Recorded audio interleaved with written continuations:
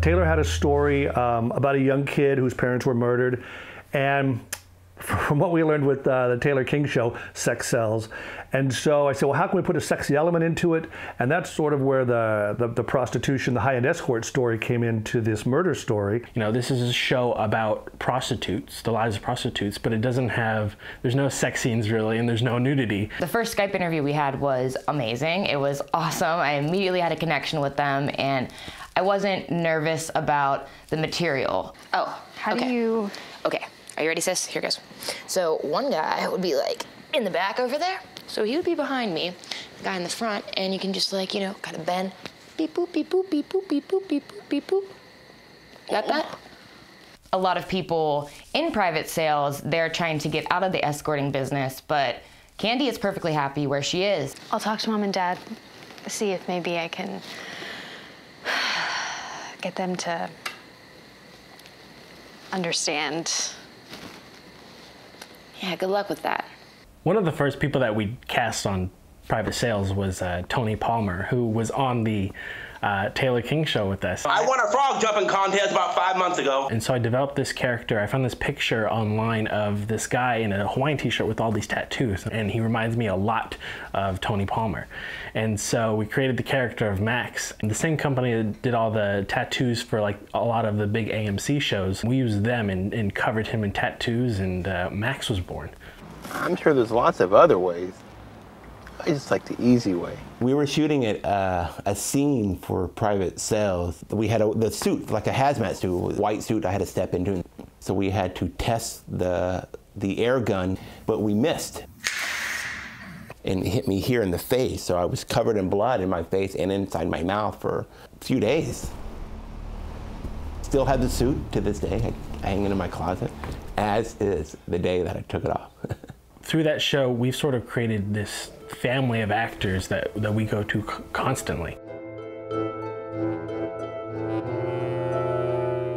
I was in private sales and I played Tuesday, a hitman. Congratulations on your promotion. Why don't we have a bit to celebrate? Jesus Christ. Well, the whole process is different with them. I'm used to getting there early and being there for 8, 9, 10 hours, a lot of downtime, sitting, waiting while they shoot. And it's just the whole day of shooting with them is very choreographed, and it's, you know, you're there to shoot at 10:05 and they're ready to go at 10:05. And then it happened again and again and again. So always professional, but a family atmosphere, and everybody gets invested in wanting to do their best. My name is Detective King. You don't know what to expect when you walk onto a set. You don't know how they're going to have it set up or what have you. But I thought to myself that these guys sure do a lot with a little, and it really turns out great. My lawyer's going to be here any minute. Yeah, well, you can tell your lawyer that you're being held on a pandering warrant from New York. Working with the Kings is fantastic. Like I said, they always give you a chance to explore who you are and explore the character. And for me, that's what I'm there for. Well, when we cast people, we know that they can act, and then it's a question of whether or not they're the type of person that we want to work with. What kind of job is this? I provide female company. Megan was the madame, so she pretty much is like the agent of the call girls. Sure, I can see if she's working.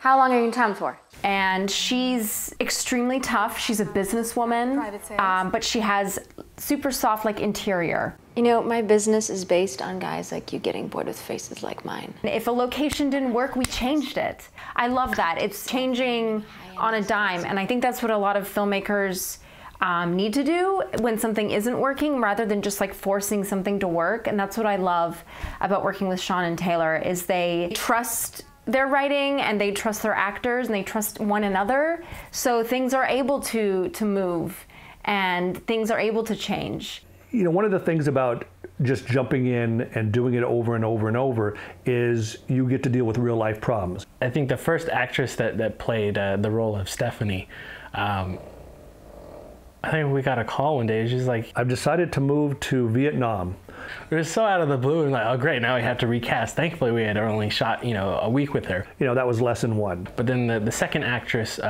we definitely had some personality issues on set. He said he wanted to sit and talk. I told him I get paid to suck, fuck, or listen. You said it like that? We had to make a choice. So we had to let her go and recast. And that's one of those happy accidents where the person who then came in after was great. I told him I get paid to suck, fuck, or listen. You said it like that? No. So we had done the first 3 episodes of Private Sales and then put it up on YouTube. It got a really good response, and then so we went right into the next 3. Those episodes were really where I thought we sort of started to hit our stride.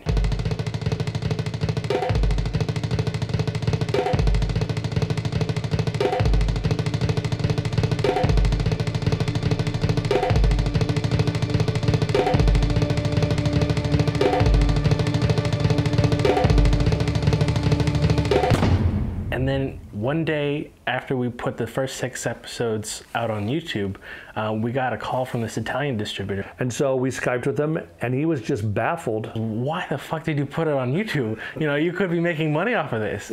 So that day we pulled the show. And then from there, that's when we found Amazon had started their indie platform. As a filmmaker, you could never get it in front of people. Now we're in front of people, and we would just have to sort of see what happened. That's been our go-to ever since.